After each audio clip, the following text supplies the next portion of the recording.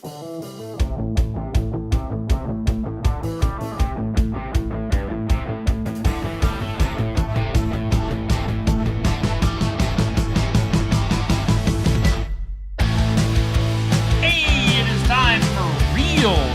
We're getting real here on Steve Shetler Media. It's Real Talk with Aaron M. Fleming and me, Steve. It's brought to us by New Life Community Church in Wellman, Iowa, where Aaron is the pastor. Aaron, how you doing today? I'm doing great, Steve. How are you doing? Doing all right. Glad to have you in the studio again, side by side. Here we are. Here we are. Once again, rolling down the road in interwebs land. We're so glad to have all of you with us.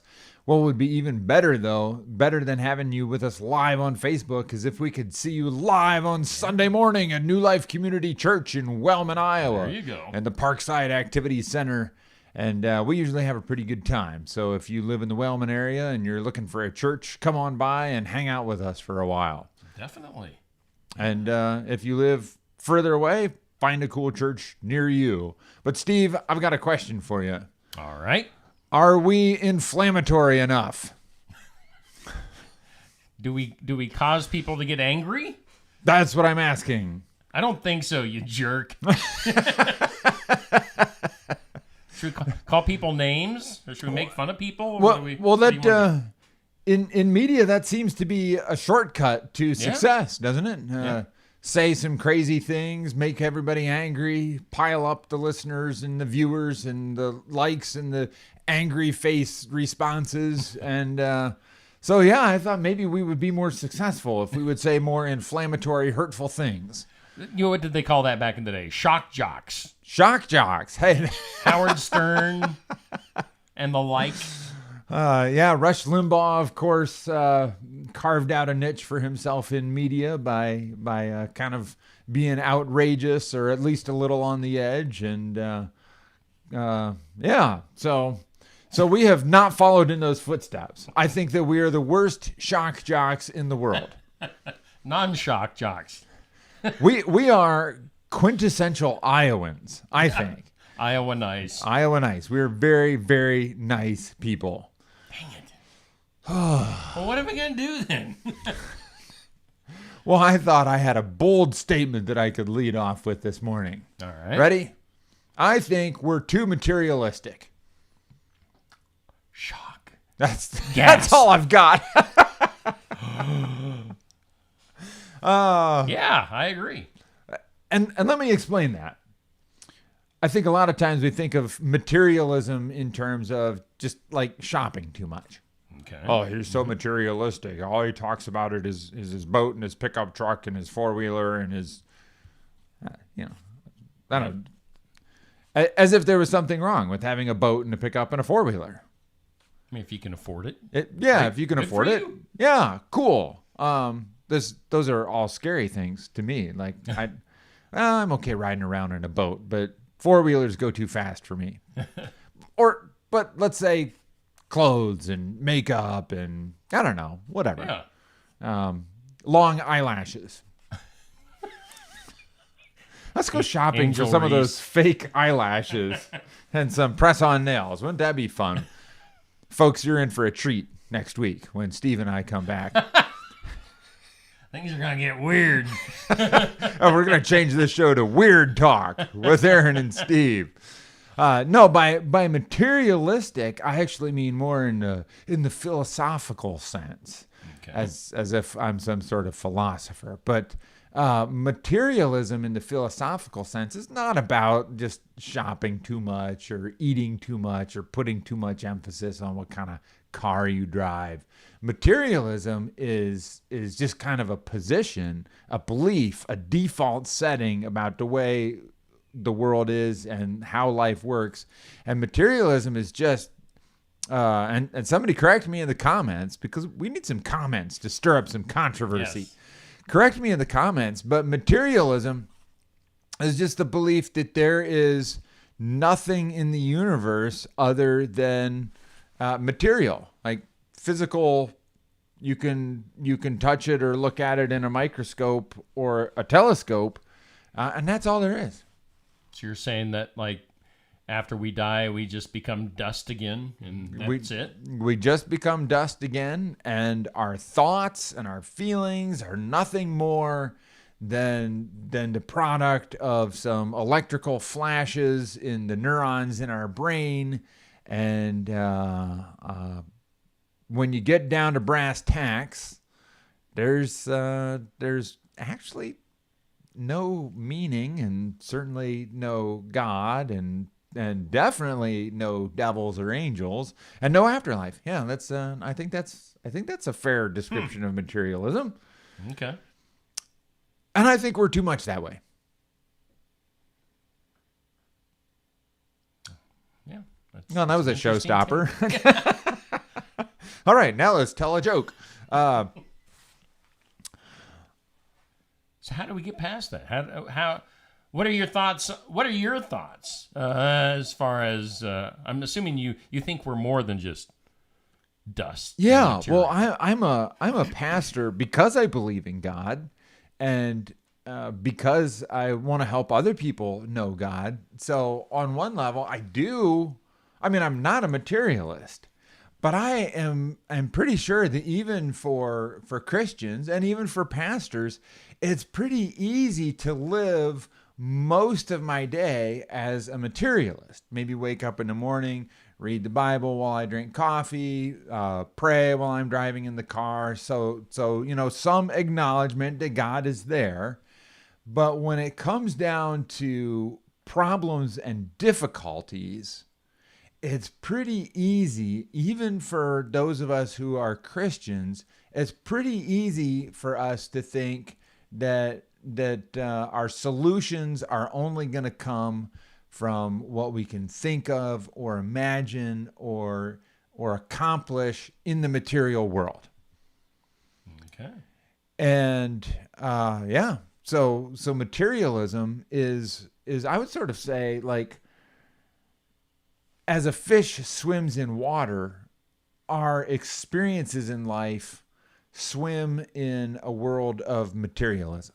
And this would be different in a lot of other cultures. If you go to Africa, there's a much higher sensitivity to the fact that there's spirits, that there's stuff going on in the world. And I think 1,000 years ago in Europe, the same thing was true. But in our particular time and place, we've just kind of convinced ourselves that science has all of the answers, and maybe it'd be good to pray because that kind of helps you mellow out or something. But a lot of the times we're just materialists. So I thought of this because all of my best work as a pastor has come when I break out of materialism and I get in touch, like, deeply, really, truly, with the reality that there is a spirit realm and that stuff is going on in our lives other than what we can see and taste and feel and touch. And we were looking at that a week ago when we were talking about authority in the spiritual places, and we were discussing the reality of that serpent, the serpent Satan, who's prowling around. And here's the thing. We already established that you and I are Iowa nice. Mm-hmm. And part of that is we don't want to be weirdos. I mean, you're about 50 years old and still wearing Ric Flair t-shirts. Yes, I am. Woo! So there's a little bit of a weird factor going on, but we don't want to be weirdos. We don't want to be like, my car wouldn't start this morning. There must be a demon in the fuel line. That kind of demons under every rock and behind every bush. We don't want to do that, but in our fear of not being weird, we often don't pay attention to stuff that's really vital. So I've actually been kind of surprised. In the last couple of weeks, I've been reading through the book of Ephesians with a group of young men from my church. And I've read through Ephesians, I don't know, like at least 30 times in my life. Maybe 40, maybe 50. It's not a real long book, and it's got lots of punchy little phrases and memorable bits. But I'm just surprised all over again at how much the Apostle Paul is in tune with the spirit realm and what's going on there. And I think maybe I better turn to something here, Steve. Okay. We better read from the book of Ephesians for a moment. Just kind of early on here. Okay. In chapter 1, Christ is raised from the dead. That's pretty simple, basic Christian doctrine. Mm-hmm. He's raised from the dead and seated at the right hand of God in the heavenly realms, far above all rule and authority and power and dominion and every title that can be given not only in the present age but also in the age to come. So there, Paul's starting off right out of the gate talking about these heavenly realms where there's powers and principalities.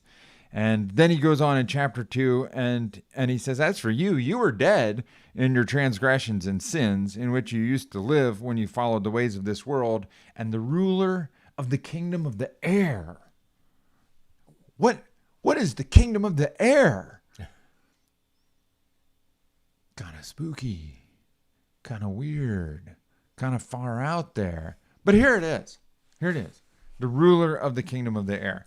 And let's finish up here with another punchy statement. Okay.